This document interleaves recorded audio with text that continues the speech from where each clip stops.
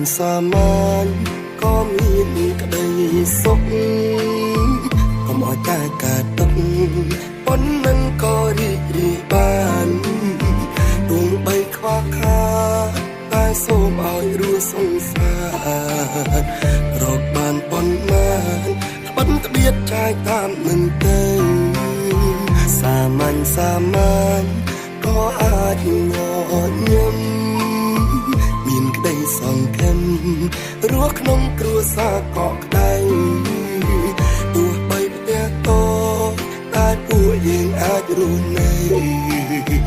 ជួបកូនជួបចៅមានសុភមង្គលក្តីសុខនៃយើងអ្នកបងកើតខ្លួនឯងគ្មានអ្នកណាគេជួយតលំបាកយ៉ាងណាតស៊ូដើរទៅឲ្យដល់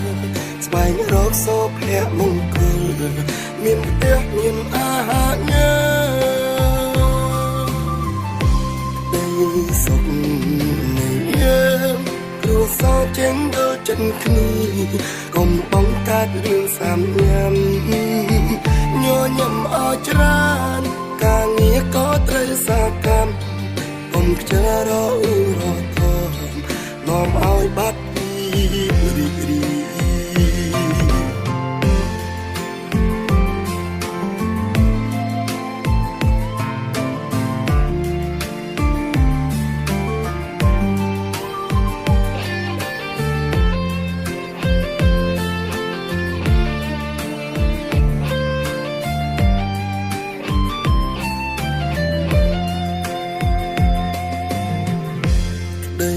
សុខនៃយើងអ្នកបងកើតខ្លួនឯងគ្មានអ្នកណាគេជួយតលំបាកយ៉ាងណាតស៊ូដើរទៅឲ្យដល់ស្វែងរកសុភមង្គលមានផ្ទះមានអាហារញ៉ាំដីសុខនៃយើងគ្រួសារចេញដល់ចិនគ្នាកុំបងកើតរឿងសាមញ៉ាំញញឹមអោច្រើនការងារក៏ត្រូវសាកម្មកុំខ្ជិលរអ៊ូរថមនាំឲ្យបាត់ពីរីករាយ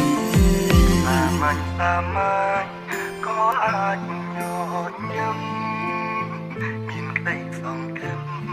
រស់ក្នុងគ្រួសារកក់ក្ដៅទោះបីផ្ទះតូចតែពួកយើងអាចរស់នៅជួបកូនជួបចៅមានសុភមង្គល